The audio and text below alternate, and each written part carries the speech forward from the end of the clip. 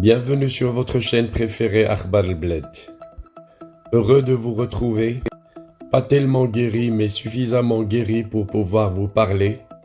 Comme j'ai dit, je ferai les 2/3 d'efforts pour vous parler, vous ferez le reste, le 1/3, pour m'écouter. Nous commencerons la première vidéo pour partager une joie, celle de Ammish Ngriha, qui finalement n'avait besoin que d'une petite victoire avant de terminer ses jours. On avait tous cru à tort que vous cherchiez une victoire dans une guerre. On devait faire un effort pour vous comprendre. Vous n'aviez besoin que d'une petite victoire, aussi petite qu'elle soit, même s'il s'agit d'une victoire au foot, pour une coupe arabe. Et ça ne vous a même pas dérangé que ce soit après un match nul avec le Maroc, votre adversaire éternel.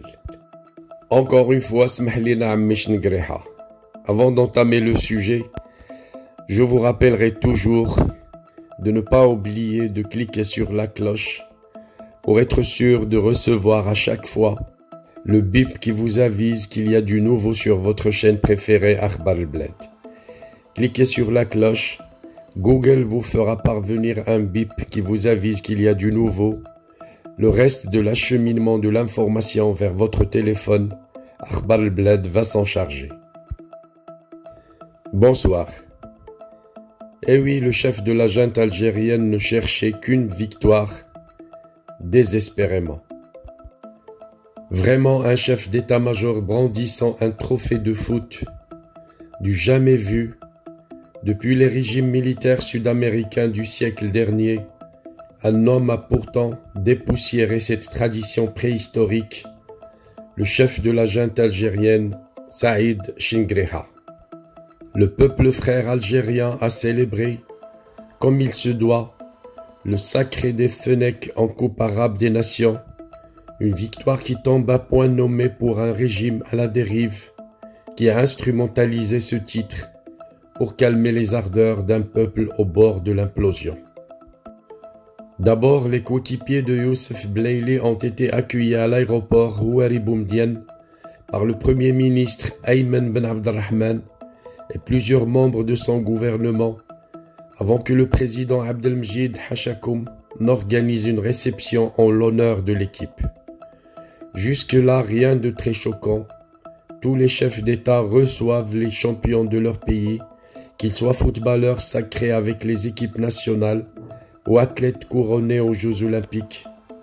Le seul hic, le patron de la cérémonie n'était pas le locataire du palais d'El Moradia, mais le chef d'état-major de l'armée algérienne Saïd Chingriha, fier comme un paon, le vieux général dont le palmarès est toujours vierge en matière de victoire militaire, a reçu le trophée de la Coupe arabe des mains de Blaili, qui a quasiment snobé le président Fantoche, un lot de consolation pour un éternel loser qui a perdu toutes ses batailles et se faisant même prisonnier durant la guerre d'Amgala par les forces armées royales, une sacrée fessée qui restera dans les annales.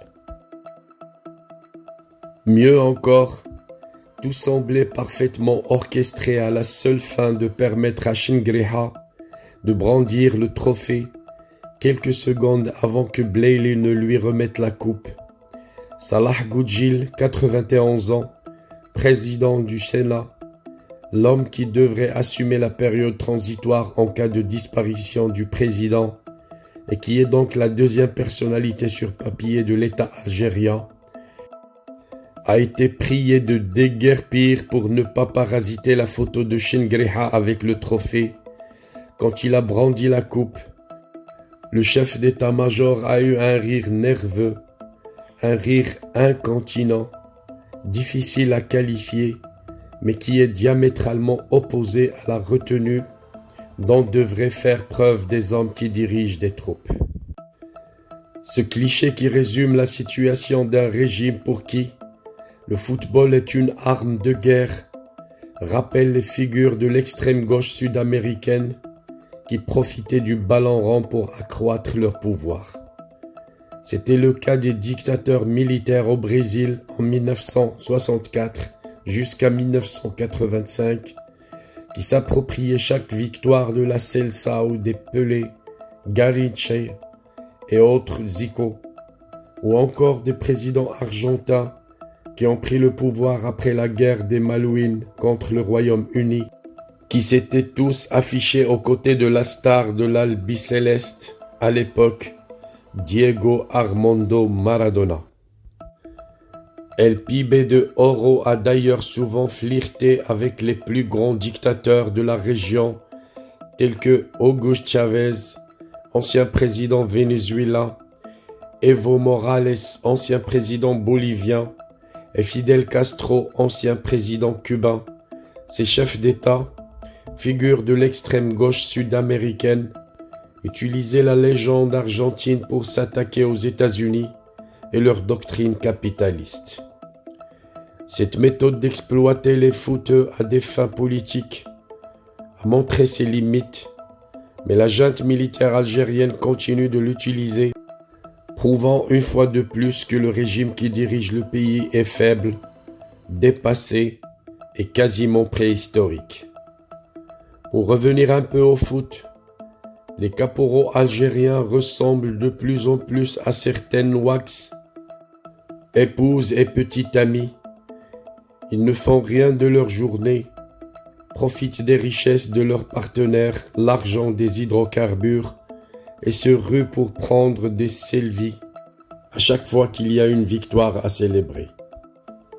La photo de Chingreha avec le trophée a le mérite de nous informer sur l'état d'esprit qui règne dans le régime, qui cherche désespérément à célébrer une victoire, preuve de la précipitation de la junte à arracher un sacre à n'importe quel prix. La photo de Chingreha avec l'équipe de football a été d'abord publiée par l'agence officielle APS avant d'être supprimée et remplacée par celle du président Abdelmjid Hachakoum. L'un des rares hommes encore censés dans le régime a dû alerter sur le caractère indécent de cette photographie.